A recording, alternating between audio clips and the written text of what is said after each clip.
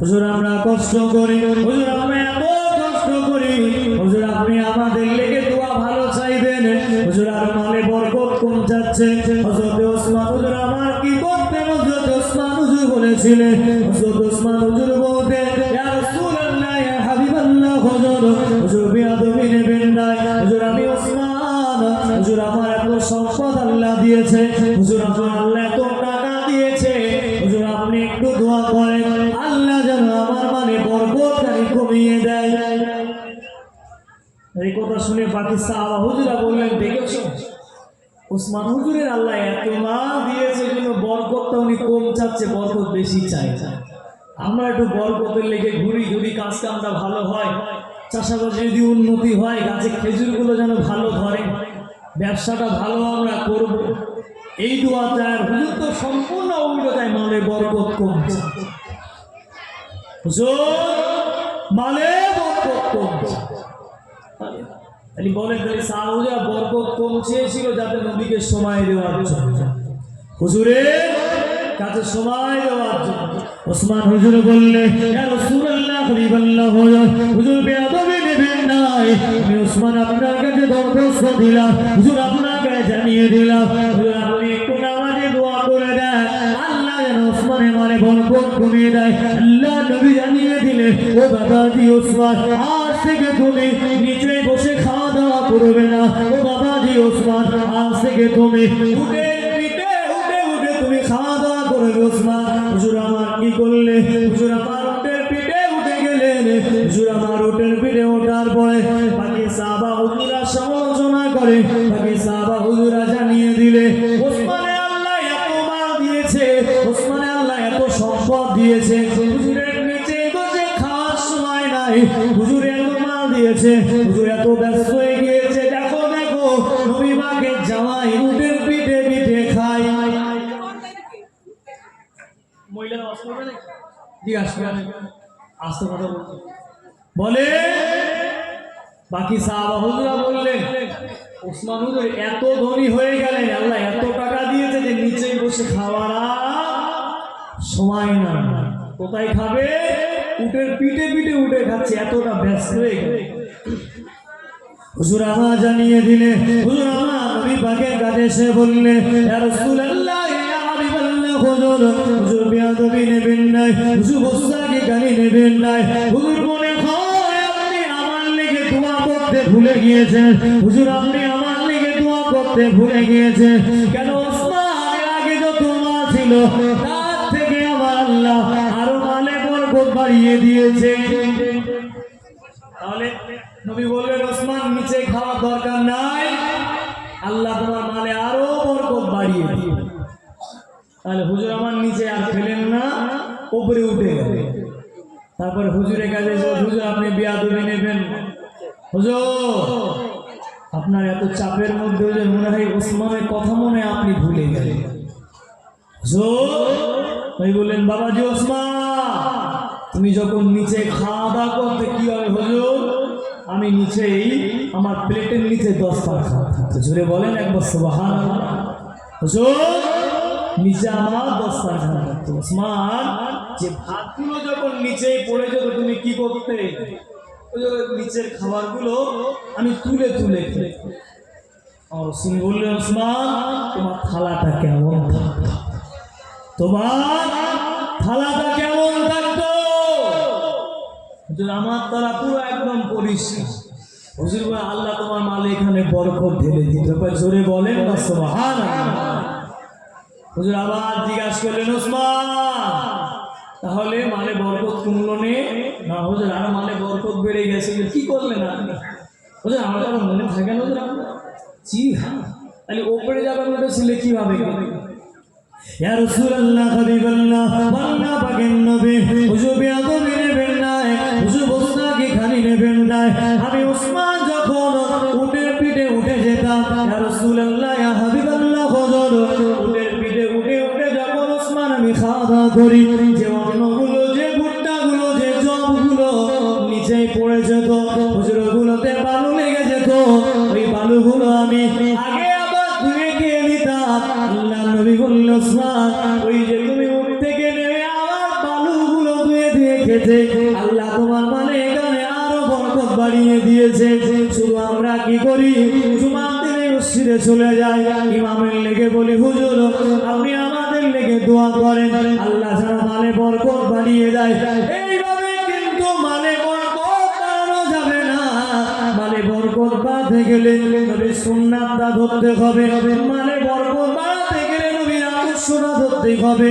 আপনার বাড়িতে মেন জায়গায় নাই, বলেন এই প্যান্ডেলটা এত সুন্দর করে সাজানো হলো, যদি এই মুহূর্তে জেনারেটর যদি না থাকে, কারেন্ট না থাকে, সবই তো অন্ধকার, তাহলে আপনি বক্তা দেখতে পাবেন না, বক্তা শ্রোতা দেখতে পাবে না, দোয়া করে হবে না। আগে আপনার বাড়ির ভিতরে সুন্নাত টানতে হবে।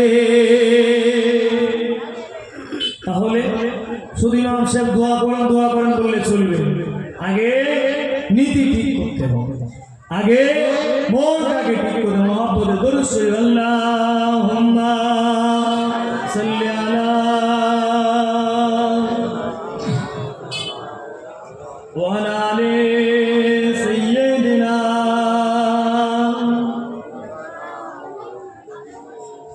তোমার কলমা দরুদ পড়ি সকালে বিকালে, তোমার কলমা দরুদ পড়ি সকালে বিকালে, তোমার কলমা দরুদ পড়ি সকালে বিকালে, তোমার কলমা দরুদ পড়ি সকালে বিকালে। আশায় আমায় দেব চুমা, আশায় আমায় দেব চুমা, চরণ তলে তোমার কলমা দরুদ পড়ি সকালে বিকালে, তোমার কলমা দরুদ পড়ি সকালে বিকালে। শফিয়ে আযম শফায়াত ওয়ালা রসুলে আকরাম রসুলে আলা, শফিয়ে আযম শফায়াত ওয়ালা রসুলে আকরাম রসুলে আলা। যদি আমার গো দিদার মেলে, যদি আমার গো দিদার মেলে, ভাঙা কপালে তোমার কলমা দরুদ পড়ি সকালে বিকালে, তোমার কলমা দরুদ পড়ি সকালে বিকালে। মনের অসুখ একটু সারে না, কিভাবে সারবে ও সাদ মাদিনা। মনের অসুখ একটু সারে না, কিভাবে সারবে ও সাদ মাদিনা। কতদিন রজনী যাই কেটে যায়, কতদিন রজনী যাই কেটে যায়, চোখের পলকে তোমার কলমা দরুদ পড়ি সকালে বিকালে, তোমার কলমা দরুদ পড়ি সকালে বিকালে। দরুদে শান্তি সালামে শান্তি, যতই জপি দূর হয় ক্লান্তি। দরুদে শান্তি সালামে শান্তি, যতই জপি দূর হয় ক্লান্তি। তোমার নামে গাহি জেনা, তোমার নামে গাহি জেনা, দরুদে চলে তোমার কলমা দরুদ পড়ি সকালে বিকালে। আল্লাহুম্মা সাল্লি আলা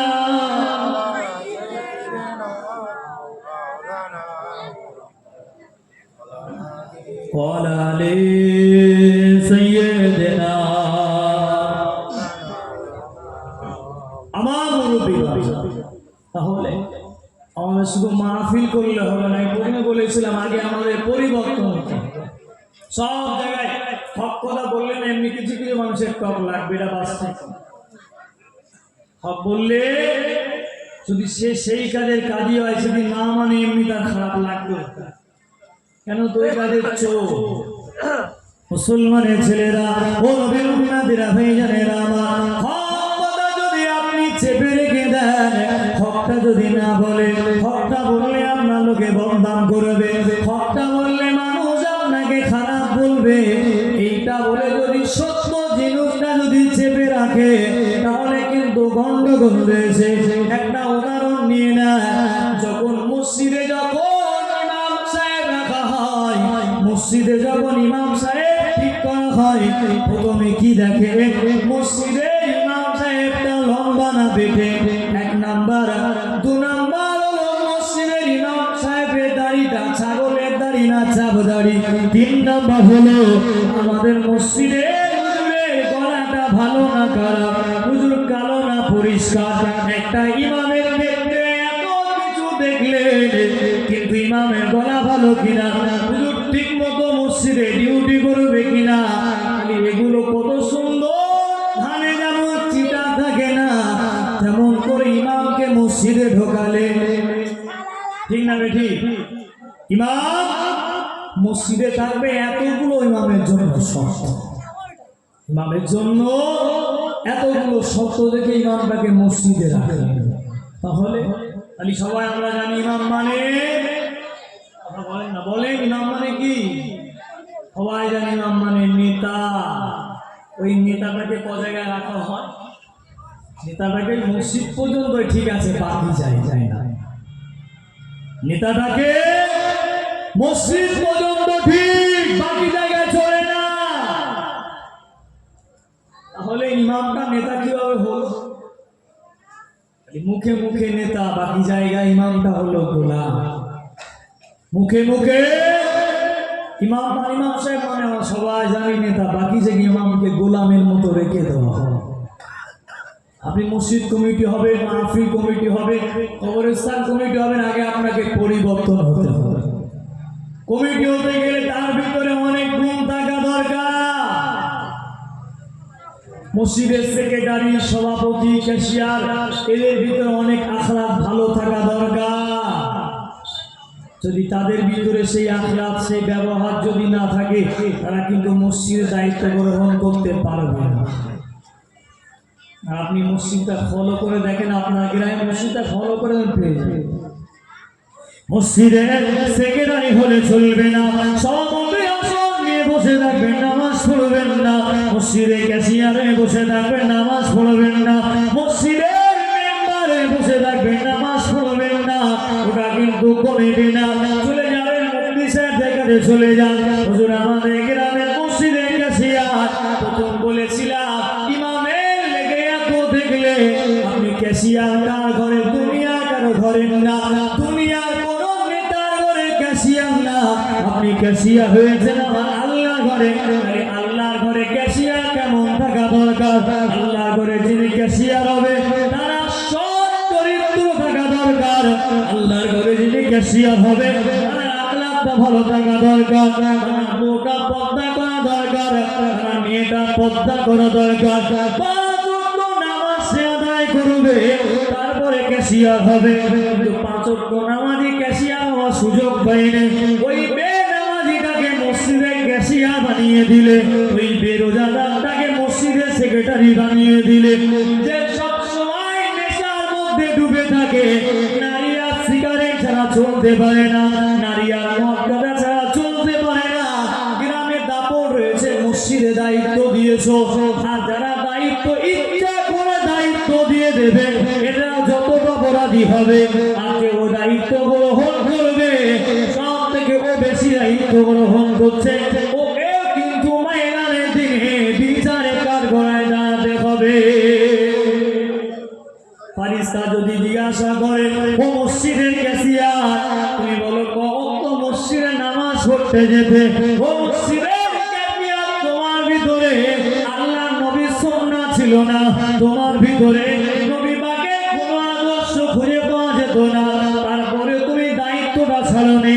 একটা বার ভাবনি তুমি কার ঘরে ক্যাশিয়ার সেজেছিলে, কোথায় তুমি নেতাগিরি দেখিয়েছিলে। আল্লাহ আবার কিছু কিছু মানুষের বলবে, অনেক জায়গায় দেখা যায়, দেখলে দেখতে পাবেন, অনেক জায়গায় কি হয়ে যায়, মসজিদের জায়গা যারা দান করে কিছু কিছু সময় বুকে ওরা বাড়ি দেয়, এটা হলো আমার দাদার জায়গা, এটা হলো আমার বাপ দিয়েছিল মসজিদের জায়গা। কেউ ওই দিনে দাঁড়াতে হবে আর বলবে দুনিয়ায় আল্লাহর ঘরে দান করেছো, মসজিদের লেগে দান করেছো, আর দুনিয়ায় বুক খুলে দিয়েছিলে, আমাদের মসজিদে তোরা ঢুকবি না, তোরা আসবি না, এই পাওয়ারটা তোমার কে দিয়েছিল? আর যারা অন্যায় যদি মসজিদে মিলাই, গ্রামের মানুষ যদি অপদার্থ কমিটি আলাদা। মাদ্রাসায় অনেক রকম টাকা চলে, মসজিদে চলে না।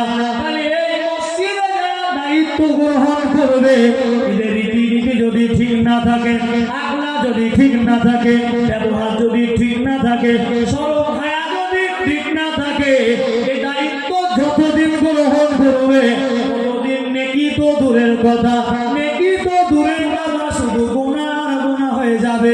খালি ভালো কাজ করতে গিয়ে যদি গুনাহ হয়ে যায়, ভালো কাজে লেগে যদি গিয়ে গুনাহ পুড়িয়ে যায়, অন্য কাজের থেকে কোনো লাভ নাই। তার গুনাহ ছেড়ে দেব। বুঝতে কষ্ট হচ্ছে মনে? এটা হলো দুনিয়া। আমি বললাম মাদ্রাসায় সমস্ত রকম টাকা চলে, ফতোয়া নিয়ে জায়েজ টায়েজ করিয়ে ঢোকা হবে, কিন্তু মসজিদে সব টাকা চলে? তাহলে কেন চলবে না? তাহলে ওই ঘরে যারা দায়িত্ব থাকবে তাদের কেমন হতে হবে? তাহলে রীতিনীতি ঠিক করতে হবে। নবী পাকের আদর্শ নাই, যার ভিতরে নবীর কোনো আদর্শ নাই, বাকি ইসলামের কোনো কাজ করে না, দ্বীনের কোনো কাজ করে না, শরীয়তের কোনো কাজ করে না। মসজিদে কখন চলে যাবে, যখন মিটিং হবে তখন চেতা ফলে বিচার করবে, নামাজের লেগে পাওয়া যাবে না। রমজানের সময় সুলফি করে, বাকি সময় পাওয়া যাবে না। খালি যখন মিটিং করলে তখন চেতা ফেলে বিচার করলে, একটাবার এমন কমিটি বিচার করলো না। মসজিদে মগরিবে মুসল্লি কমে যাচ্ছে, আমাদের মসজিদে মুসল্লি বাড়াতে হবে। কমিটির নিয়ম থাকবে কিভাবে মসজিদে নামাজি বাড়ানো যাবে, আর ওই কমিটিটাকে কিন্তু ইমামকে বলতে হবে, হুজুর মসজিদটা আপনার হাতে তুলে দিয়েছি, আপনি আপনার মতো আমাদের মসজিদটা সাজিয়ে তোলেন। হুজুর যেমন করে শরীয়তের কথা বলে, বিভিন্ন আইন যেগুলো রয়েছে, আমরা শরীয়তের আইন জানি না, আমরা শরীয়তের আমরা জানি না। দিন শরীয়ত হাদিস কোরআন যেটা বলে আপনি আমাদের ওইভাবে চালাবেন, কিন্তু কোন কমিটি এমন বলবে না, উল্টো হয়ে যাবে। কমিটি বলবে হুজুর আপনাকে এমন করে চলতে হবে, হুজুর আপনার ডিউটি কম হয়ে যাচ্ছে, হুজুর সময়টা আপনার বেশি দিতে হবে, একটাবারও বলবে না। কমিটি থেকে যদি ইমামকে যদি বলে আপনি যেটা করবেন আমাকে রায় নেবেন, কমিটি বলার নিয়ম থাকবে, মুফতি সাহেবের কাছে চলে যাবে, ফতোয়া নেবেন। কমিটি ইমামকে কোন কোন কাজের জন্য আদেশ করতে পারবে। আপনি নেতাকে আদেশ করলে, দুনিয়ার প্রধানের বাড়ি চলে গেলে মাথা নিচু করে দাঁড়িয়ে রয়েছে, ওই প্রধানের থেকেও কিন্তু সম্মান আপনার মসজিদের ইমাম। আর ইমামটাকে যদি ধমক দিয়ে কথা বলে, এটাই কিন্তু হয়ে যাবে শরীয়তের বেখেলাফ কাজ হয়ে যাবে। আর ইমামকে আপনার বলতে হবে বাকি কাজগুলো দেখে নেব, আমরা মসজিদ উন্নয়ন করবো, আমরা মসজিদে বিল্ডিং বাড়াবো, এগুলো আমরা কমিটি আমাদের দায়িত্ব। হুজুর আপনার দায়িত্ব কিভাবে নামাজি বাড়াবে, কিন্তু কমিটি যদি বলে যা করবে বলে বলে করবে, তাহলে রীতিনীতি কোথায় গেল? গ্রামবাসী ভাইয়েরা, মায়েরা, বোনেরা, বাবা একটু ভাবে, চিন্তা করে, এইভাবে সমাজটাকে ধ্বংস করে না। বসে নিজেরা জুম্মার দিন আলোচনা করে যে আমাদের আল্লাহ পাকের ঘর, আমাদের মসজিদ, গ্রামে খাঁটি খাঁটি মানুষদেরকে মসজিদের আমরা দায়িত্বটা দেব। ঠিক মতো আমি মসজিদে আসতে পারি, আমি ঠিক মতো নামাজ আমি পড়তে পারি, দায়িত্ব আমার লোবা ঠিক হবে। পাঁচক তো নামাজি মসজিদের সময় দেবে, অমুক চাচাটা ভালো তাকে দিয়ে পিছন থেকে কাজ করতে পারবেন, নামটা আপনি লেখালেন, শরীয়তের বিধান আপনার ভিতরে যদি খুঁজে না পাওয়া যায়, শুধু চোখটা বন্ধ হওয়া পর্যন্ত অপেক্ষা করে, চোখ বন্ধ হওয়া পর্যন্ত অপেক্ষা করে, সব গুণ ছুটিয়ে দেবে, 3.5 জায়গায় চলে যাবে। দুনিয়ায় আপনি যতই চলটু বল্টু করেন, যাই করেন, বিচার কিন্তু সেদিন চূড়ান্ত হবে। ময়দানে মাহাশরে বিচার চূড়ান্ত সেদিন হবে। আজকে আমার এই দাড়িটা কালো, একদিন আমার দাড়িটাও কিন্তু সাদা হবে, যদি সেই পর্যন্ত হায়াত আমি পাই। একদিন আমার দাড়িটাও সাদা হবে, একদিন আমার হাতের চামড়াটাও গুটিয়ে যাবে। একদিন আমাকেও লাঠিটা ধরতে হবে, এই কথাটা চিন্তা কর, এই কথাটা ভেবে ভেবে এখনো পর্যন্ত নামাজে আসেন না। কি হবে তাহলে? ফরজাই এখনো পর্যন্ত জুম্মা পর্যন্ত ঠিকভাবে আদায় করে না। কি হবে তাহলে? সমাজ কি হবে? রীতিনীতি খবরে কিন্তু প্রশ্ন করা হবে না। তুমি ফুরফুরা না তবলিগ, তুমি আহলে হাদিস না শিয়া, তুমি সুন্নি না জামাত ইসলামী, এই সমস্ত প্রশ্ন কিন্তু কবরে হবে না। প্রথম প্রশ্ন হবে তোমার রব কে ছিল? আল্লাহ। তোমার নবী কে ছিল? নবী মুহাম্মদ সাল্লাল্লাহু আলাইহি ওয়াসাল্লাম। তুমি কোন ধর্মে ছিলে? আমার ধর্ম ছিল ইসলাম। আলে মশলা ক্লিয়ার, উত্তর জেনে গেলাম, নামাজ আমাদের লাগবে না। উত্তর তো আমাদের প্রায় সবারই জানা আছে। উত্তর জানলে হবে না, নামাজ আপনার পড়তে হবে। দুনিয়া যখন পড়ালেখা করা হয়, স্কুল কলেজ বলে বাচ্চাদের যখন পড়ানো হয়, অনেক সময় কি হয়ে যায়, শিক্ষকের ছড়ি দেখলে মুখস্থ পড়া পর্যন্ত ভুলে যায়, হুজুরকে দেখলে পড়া ভুলে যায়, মাস্টারের চোখটা দেখলে পড়া ভুলে যায়। দুনিয়ায় যদি এমন হয়ে যায়, আর কবরে ফারিস্তারা তো মিষ্টি নিয়ে আসবে না, ওরা তো আপনার জন্য রসমালাই নিয়ে আসবে না, গম্ভীর ভাবে চলে আসবে। ওই ফারিস্তার চোখ হবে নীল, চোখ নীল হয়ে যাবে। ওই ফারিস্তার দেখলে জানে পানি থাকবে না। তাহলে তুমি যদি ছাত্র শিক্ষকের সামনে ভয়তে যদি পড়া না বলতে পারে, এমন জায়গায় খেয়াল করা ভাই, শিক্ষকের ভয়তে প্যানে পর্যন্ত পেশাব হয়ে যায়। তাহলে শিক্ষাকে লেগে যদি এমন হয় খবরে ফারিস্তা আদর করবে না, তাহলে নীতি আপনাদের ঠিক করতে হবে। উত্তর তো সবারই জানা, এই তিনটে প্রশ্ন করা হবে, ওই ছোট থেকে জেনেছে এখনো জানি, এটাই সঠিক। তাহলে কি হবে ভাই জানেন আমার? কতটা সোজা কথা না। এখানে আমি আপনি সাধারণ মানুষ, আপনি মাদ্রাসায় পড়েননি, আমি মাদ্রাসায় পড়েছি।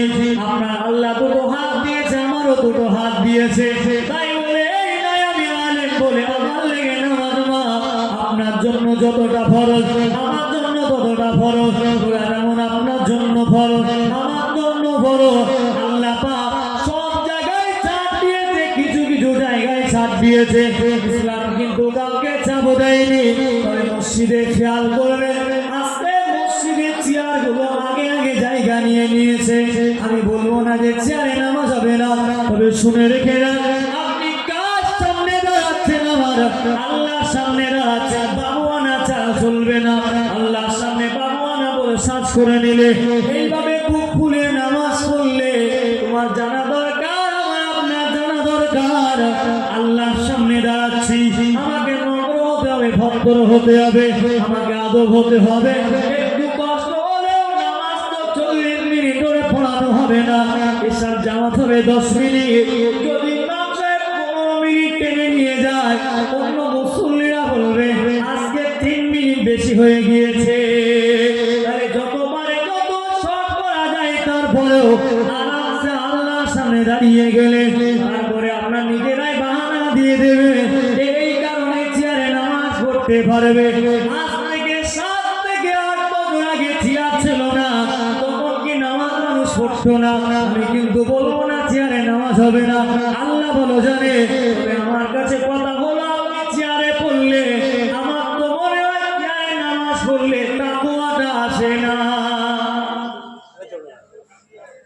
আমার কথা বুঝলেন? তাহলে নীতি আমাদের পাল্টাতে হবে। ঠিক করেন মনটা, কোন রাস্তা যাবেন? দুটো রাস্তা ক্লিয়ার আছে আপনার আমার জন্য, সবার জন্য, একটা জান্নাত একটা জাহান্নাম। দুনিয়া জমি থেকে ঠিক করেন যে আপনি জান্নাত যাবেন নাকি জাহান্নাম। যদি বলেন আমি জাহান্নামে যাব, নামাজ আপনার পড়তে হবে না।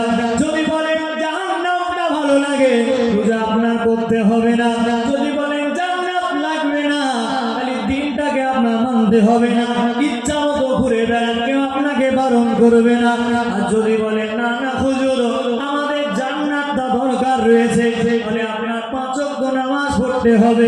আল্লাহ শরীর ভালো দিয়েছে, রোজা রাখতে হবে। আল্লাহ আপনার টাকা দিয়েছে, যাকাত দিতে হবে। আমি আবার বললাম ইসলাম কিছু কিছু মানুষের সহজ করে দেবে।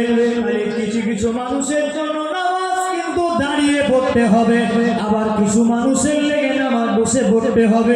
শরীর খারাপ বসে পড়েন, শরীর অসুস্থ শুয়ে পড়ে পড়ে, কিন্তু কোথাও কি লেখা আছে চেয়ারে বসে বাগুয়ানা চাল দিয়ে নামাজ পড়ে? যদি কেউ দেখাতে পারেন তাহলে আমি এটা মেনে নেবো, আলহামদুলিল্লাহ। যদি দেখাতে পারে আমিও মেনে নেব। তাহলে আপনি বলেন হজে গিয়েছি মদিনা শরীফে চেয়ার, আমাদের ভুল ধারণা ভাঙতে হবে। অনেকের ধারণা রয়েছে যদি হজে গিয়ে যদি মরে যায় আল্লাহ জান্নাতে নিয়ে দেবে। দুনিয়ায় ছোটু ঢুকে ওখানে গিয়ে চলে গেলে আর চাচা ওখানে হায়াচ্ছে তাহলে জান্নাতে চলে যাবে। আজকে আরবে তো ড্যান্স হচ্ছে, আরবের মধ্যে জুয়া বলতে আড্ডা খানা বসে যাচ্ছে, বিভিন্ন গায়িকা দিয়ে নাচানাচি করছে। তাহলে বলেন তাহলে আরবের লোকের মনে হয় কবরে হিসাব হবে না, তাহলে এখান থেকে হজে গেলে মরে গেলে জান্নাতে যাবে। আর আরবে যাদের বাড়ি তারা মরে গেলে কি বিচার হবে না, তাদের কি হিসাবটা হবে না? তবে ভুলটা ভাঙবে বলে এই বিশ্বাসটা কত সুন্দর, হজে গিয়ে মরে গেলে আল্লাহ জান্নাত মিলিয়ে দেবে। তাহলে এতদিন যা গুনাহ করেছি সব মনে হয় মা, তাহলে আরবের লোকদের তো ওরা কনফার্ম জান্নাতি, নামাজ পড়ুক আর না পড়ুক হজেই তো মরছে, আরবই তো মাটি। আমাদের বুঝতে ভুল হচ্ছে, বোঝার ভুল। নীতি ঠিক করে শুনলে হবে না। আমি যদি সারাক্ষণ বসে বসে ওয়াজ করে যাই, ওয়াজ শুনে আমল করলেন না, ওয়াজ করা বেকার, শোনা বেকার হয়ে যাবে। বলছিলাম কি দুটো রাস্তা ক্লিয়ার, একটা জান্নাতে গেল আর একটা জাহান্নামের দিকে গেল। কোন রাস্তা পাড়ি দেবেন আজকে মাহফিল থেকে আপনি ঠিক করে নেবেন। তাহলে রোজা কে করবে?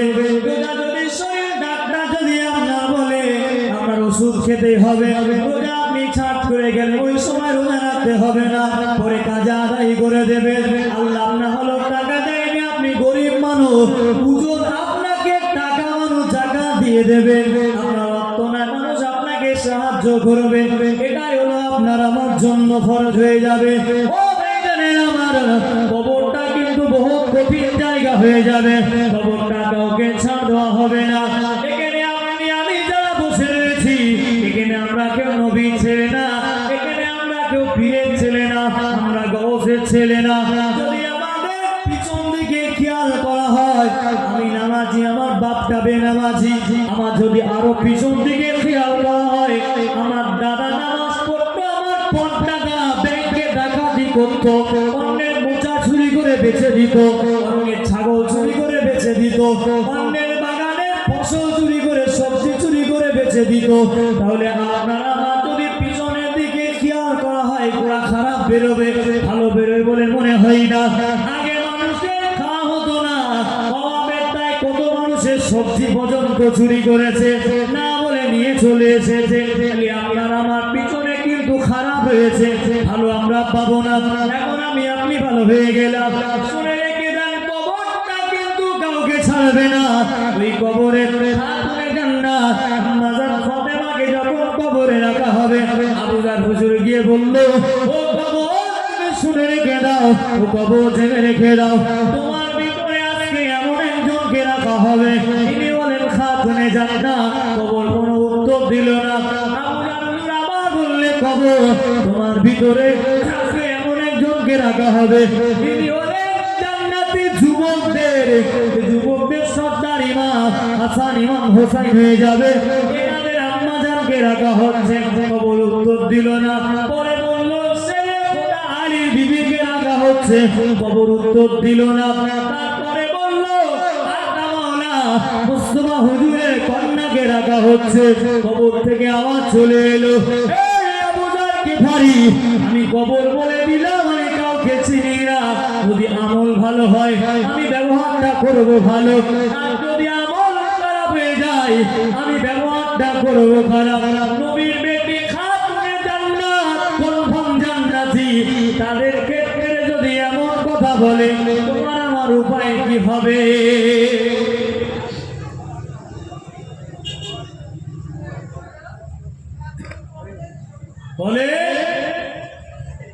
নবীর কন্যার ক্ষেত্রে যদি এমন আওয়াজ আসে, কি ফারিস্তারা কি চিকেন বিরিয়ানি নিয়ে যাবে বলে মনে হয় নাকি?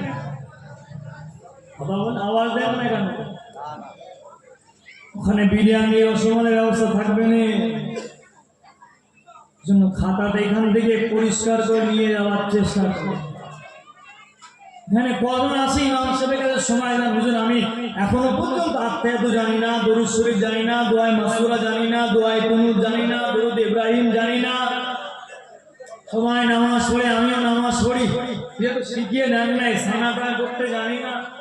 এখনো পর্যন্ত নামাজের নিয়ত করে সব এদিকে দুনিয়া দেখা শুরু করলো, এটাও জানলেন না। কোথায় আপনার নজর থাকবে, সেজদা কেমন হবে, রুকু কেমন হবে, এগুলোও জানেন না। সেজদা তাসবিহ কি, রুকু তাসবিহ কি, এগুলোও জানেন না। কি হবে তাহলে? ওয়াজ মাহফিল দিয়ে লাভ হবে না, কিন্তু খালি মনে হয় বর্তমানে ওয়াজের বিরুদ্ধে। হ্যাঁ, বিরোধিতা করলাম না, মাহফিল আপনারা করেন, তবে আপনারা শিখতে হবে, জানতে হবে। এসা বাদ একটু সময় দেন ইমামকে, মাগরিব বাদ একটু যখন পাবেন সময় দেন, বলে একটু শেখান না। সময় তো আপনাদের লেগেই পড়ে রয়েছে মানুষ, কেন দূরে দূরে থাকে? কদিন আর চলবে সুবহানাল্লাহ, সুবহানাল্লাহ, আলহামদুলিল্লাহ, আলহামদুলিল্লাহ বলে? কদিন চলবে বাহানা দিয়ে? সব কিন্তু আর কাজ হবে না, এই বাহানা চলবে না। নীতি ঠিক করে, জানেন, শেখেন, বোঝে, বাড়িটাকে আদবি করেন, বাইরে বিবিটাকে গাইড করে রেখে দেন। নিজে নামাজ পড়বে, পরিবার নামাজ পড়বে না, ওটা হবে না। বাবা গেলে সম্পত্তি না, যখন যেটা ইচ্ছা করবে, আইন ইসলাম আপনাকে দেয়নি। তাহলে আমাদের মাহফিলে বসে যদি পরিবর্তন না হতে পেরেছেন, কি হবে আপনার আমার এই জিন্দেগি? দুনিয়া জমিন দাসল না, আমরা দুনিয়া জমিন এলাম, কেউ 60 বছরের লেগে এলাম, কেউ 70 বছরের লেগে এলাম, কেউ 50 বছরের লেগে এলাম। হায়াত যেদিন আমাদের শেষ হয়ে যাবে, ওই দিন কিন্তু আর কিছু করার থাকবে না। এই দুনিয়াটা কিন্তু স্বার্থপর। আপনি কাল লেগে ছুটলেন, বিবির লেগে ছুটলেন, আপনার বিবি আপনাকে যখন যেটা বলে আপনি সময় মতো পালন করলেন, যখন যে শাড়িটা লাগবে তখন আপনি তাকে সেই শাড়ি দিয়েছেন। আজকে বাড়ি চলে যাবেন, আমার কথা বাস্তবে মিলিয়ে নেবেন, বিবিটাকে বলবেন, বিবি তুমি আমার যেটা বলেছো আমি তোমার সব কথা শুনেছি, তবে আমার একটা ওসিয়ত তোমার জন্য থাকবে। ও বিবি, আমি না বাড়ি এলে তুমি ঘুমাতে না, আমি না খেলে তুমি আমার খাও না। আমার যদি বাড়িতে আসতে লেট হয়, তুমি আমার জন্য কি করেছিলে? তুমি আমার জন্য বারবার ফোন করেছিলে। আমি তোমার ফোন দ্বারা বিরক্ত হয়ে যাই, আমি তোমার ফোন দ্বারা চিন্তিত হয়ে যাই, মাঝে মাঝে আমার রাগ হয়। এতবার তুমি ফোন করো, আমার না দেখলে তুমি থাকতে পারো না। ও আমার বিবি, আমার তোমার কাছে একটা দাবি। তখন কিন্তু আপনার বিবি বলবে, আরে এত সুন্দর করে বলে, কি দাবি বলো? আপনি দাবির আগে বলবে, তোমার আমার টাকা পয়সা দিতে হবে না, আমার কিছু লাগবে না, তুমি আমার একটা ছোট্ট ওসিয়ত কি তুমি মানতে পারবে? বিবিও মানবে না, সন্তান মানবে না, আপনার পাড়ার পাশে বাড়ির লোকও কিন্তু মেনে নেবে না। তাহলে কি এমন ওসিয়ত যে কেউ মানবে না? বিবিকে বলবেন, বিবি দুজনা মিলে এক খাটে আমরা থাকি, তবে আমার একটা দাবি, আমি মরে যাওয়ার পরে আমার একদিকে ভিটে বাড়ি, এই খাটের নিচে আমার কবরটা দেবে। তুমি সব সময় নামাজ পড়বে, আমার লেগে দোয়া করবে। আমি ওই কবরস্থানে যেতে চাই না, ওখানে মাটি দিলেও হবে। তখন আপনার বিবি বলবে, ও আমার স্বামী, আমার কিন্তু ভয় লাগবে, এটা কিন্তু করা যাবে না। এই ওসিয়ত ছেলে মানবে না, মেয়ে মানবে না, এবং যদি জানে এটা বলবেন ঘরে দিতে হবে না, ওই আমার বারান্দার এক ছেঁচের ধারে মাটি দেবে, ওই কোনায় জায়গা রয়েছে ওই জায়গায় মাটি দেবে। আর পাশের বাড়ি থেকে বলবে এটা করা যাবে না, যাবে না, আমাদের ছোট ছোট বাচ্চা রয়েছে, এরা ভয় করতে পারে। তাহলে দুনিয়ায় কাদের লেগে চললে, যেজন্য আপনার ঘরেও আপনার বিবি জায়গা দিল না, আপনার ছেলে মেয়ে সন্তান কেউ ঘরে রাখলো না, ওই কবরের স্থানে আপনার জায়গা হবে। আগে মনে করতাম যেখানে আমার 3.5 হাত আমার মাটির জায়গা, কিন্তু ভেবে দেখলাম ওই 3.5 হাত জায়গাটাও কিন্তু আপনার না। আগে আমি মনে করতাম যে সব ছেড়ে দিচ্ছে মানে কি কবরে যাবো মানে 3.5 হাত জায়গাটা।